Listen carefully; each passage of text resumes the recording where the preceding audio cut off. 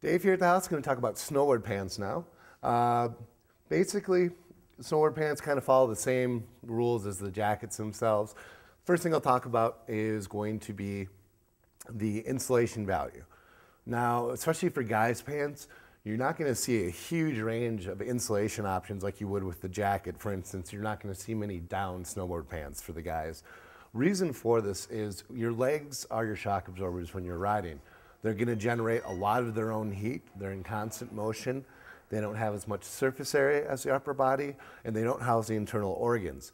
So therefore, you don't have to get quite as much insulation for your lower half as you do for the upper half. Your basics for pants, you're going to see a lot of the guys' pants just being a straight shell construction. Something single layer like this. They might have a hanging mesh lining or something like that to promote the breathability and moving the moisture away from your skin. But most are going to be this thinner shell type fabric. From there, we'll move into an option that is going to be a convertible system. And here we have an example of convertible or removable liner system. These, just like their jacket cousins, are going to be really, really versatile. If you're looking for one pair of pants or system to work throughout all conditions, this is really, really nice. You've got your traditional shell pant, which is going to work good in warmer conditions, spring riding, high altitude, out west stuff. But then if you're riding, say, in Minnesota or colder conditions, you can rock something that has this removable liner. These, just like the jackets, will really range in what they are, from anywhere from like a fleece track pant up to something that might even have a little bit of insulation in compartments on the liner itself. Some will also have like a surf short or like swimming trunks underneath, so that you can go right from the slope to the hot tub. From there, we'll move into bibs. And here, finally, we have a bib pant. This is getting rarer and rarer on the market, but this one is going to be really, really good for somebody who is doing a lot of powder riding, a lot of backcountry stuff. It creates obviously a better seal between the jacket and the pants, definitely keeping more of the snow out. Definitely, like I said, a really good option for that technical person doing backcountry stuff.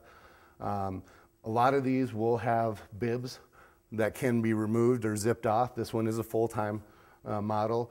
And usually with these, you're going to see them in the higher end shell style constructions, definitely backcountry mountaineer type stuff. Definitely a good option for the free riders out there. And from there, we'll move into the features of the pants. Dave McCall here, talking about the features now on the snowboard pants. Once again, like the jackets, you got a lot of different bells and whistles. Each company is going to be doing their own thing as far as their features program goes. I'll just cover the basics for you. First off, you're looking at venting. Venting on the pants typically is going to be on the inside of the leg, opening up a mesh window. Some will have it on the outside, some will have it up here, down there. It's different for every company. Some will have cross-flow ventilation, where it opens up on this side as well as this side. Obviously, when you're riding sideways, that's going to promote a lot of airflow straight through your legs, really cooling you off well. But the inside of the leg is always a safe bet because it is by the crotch, which is the hottest area of the human body for the lower region.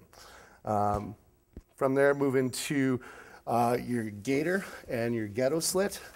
Ghetto slits are openings at the bottom that allow it to open up over the boot, makes it easier to lace your boots up, and it lets your pants sit down low, covering up the boot even when your knees are bent, and also it will cover up your high back if you choose to ride like that.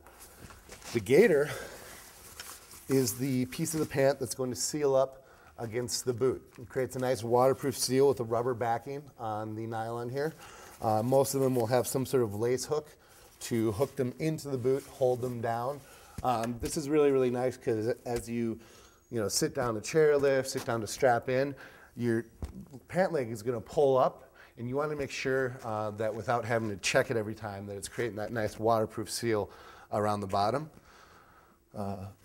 From there, you'll see, most pants will at least have the front pockets here. A lot will have cargo pockets.